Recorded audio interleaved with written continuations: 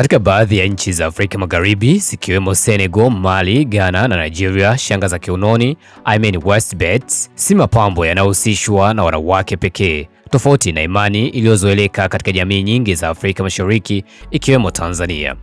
Kwa wanaume wa Afrika Magharibi, uvaaji wa shanga una mizizi ya kina katika utamaduni na mila za jadi. Kwa baadhi ya makabila, shanga hutumika kama ishara ya ulinzi wa kiroho, bahati njema au nguvu za asili. Wapo wanaume wanaopewa shanga hizo tangu utotoni kama sehemu ya mila za kifamilia na imani za jadi. Aidha, wanaume wengine huvaa shanga kama irizi, wakiamini kuwa huwasaidia kujilinda dhidi ya mikosi, majeraha au husda. Imani hizi zimekuwepo kwa muda mrefu na bado zinaendelea kuheshimiwa katika jamii husika.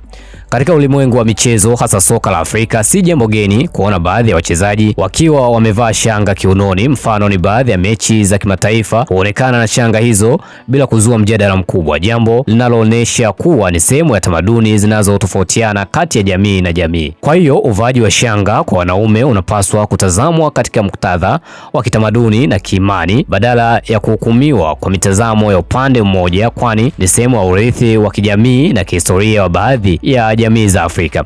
Bana, hili limekuja kufuatana na kauli ambayo msemaji wa klabu ya Yanga aliyoitoa kwa baadhi ya wachezaji wa Simba kuonekana amevaa shanga kiunoni.